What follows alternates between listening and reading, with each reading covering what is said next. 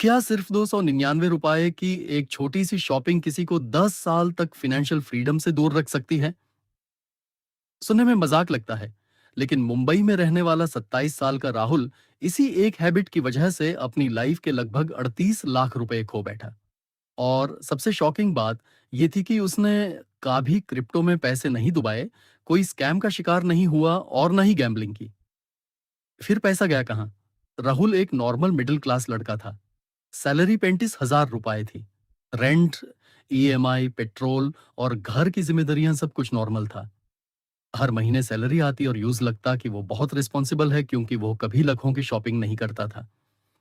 बस कभी 299 रुपए का स्विगी ऑर्डर और 499 रुपए की अमेजॉन डील, 199 रुपए की कॉफी, 999 रुपए की सेल, और हर बार एक ही लाइन बोलता, इतना तो चलता है।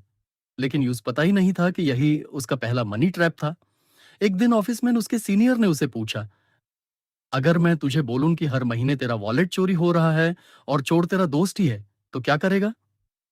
राहुल हंसा, लेकिन सीनियर ने कहा, कल मिल, मैं तुझे चोर दिखाऊंगा। अगले दिन सीनियर बैंक स्टेटमेंट प्रिंट करके लाया और सिर्फ एक रेड मार्कर राहुल के हाथ में देकर बोला, जितने भी अननेसेसरी खर्चे दिखते हैं उनके आसपास सर्कल बना।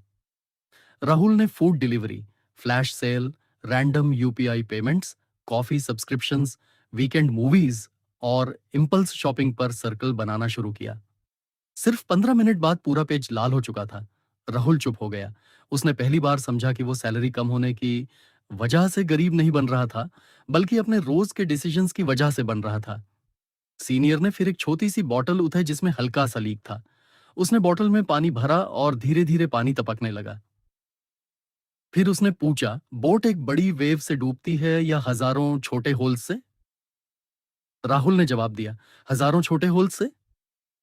सीनियर मुस्कुराया और बोला, बिल्कुल वैसे ही मिडिल क्लास लोग एक बड़े एक्सपेंसेस से नहीं, बल्कि हजारों छोटे छोटे एक्सपेंसेस से फाइनेंशियल रेस हार जाते हैं।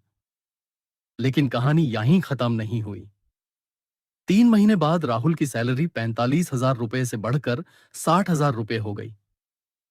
उसे लगा अब लाइफ सेट है, लेकिन उसने नया फोन ले लिया, बाइक ईएमआई शुरू कर दी, प्रीमियम सब्सक्रिप्शंस ले लिए, वीकेंड कैफेज जाना शुरू कर दिया। और सिर्फ 6 महीने बाद उसकी सेविंग्स फिर से जीरो थी।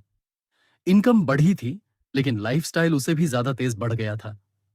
इसी को लाइफस्टाइल इन्फ्लेशन कहते हैं, जो मिडिल क्लास का सबसे डेंजरस मनी ट्रैप है। सोचो, राहुल और मयूर दोनों 60,000 रुपए महीना कमाते हैं।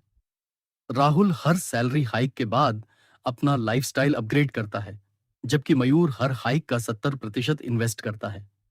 10 साल बाद राहुल के पास सिर्फ यादें और पुराने गैजेट्स होते हैं, जबकि मयूर के पास एसेट्स और फाइनेंशियल सिक्योरिटी होती है। फार्क सैलरी का नहीं था, सिर्फ हैबिट्स का था।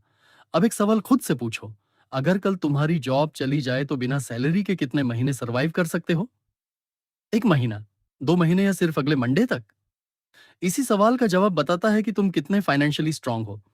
राहुल को लगता था कि उसकी प्रॉब्लम इनकम है, लेकिन असली प्रॉब्लम यह थी कि वह हर छोटी खुशी के लिए अपनी फ्यूचर सैलरी आज ही खर्च कर रहा था। हर ईएमआई, हर बाय नाउ पे लेटर और हर इम्पल्स परचेज उसके फ्यूचर से पैसे उधार ले रही थी। वीडियो के एंड में सीनियर ने सिर्फ एक लाइन बोली, जो राहुल कभी नहीं भूला, मिडिल क्लास लोग पैसे खर्च करके खुश होते हैं, लेकिन रिच लोग एसेट्स खरीदकर अपना फ्यूचर खरीदते हैं। उस दिन राहुल ने सिर्फ इन्वेस्टिंग नहीं सीखी, उसने डिसीजंस लेना सीखा। और वही उसकी फाइनेंशियल फ्रीडम की असली शुरुआत थी। अब आखिरी सवाल तुमसे, अगर आज तुम्हारा बैंक स्टेटमेंट प्रिंट हो, तो उसमें रेड सर्कल्स ज्यादा होंगे या ग्रीन इन्वेस्टमेंट्स? इसका सच्चा जवाब सिर्फ तुम जानते हो, और शायद वही डिसाइड करेगा कि 2036 में तुम फाइनेंशियल फ्रीडम एंजॉय करोगे या फिर हर महीने सिर्फ सैलरी का इंतजार करोगे।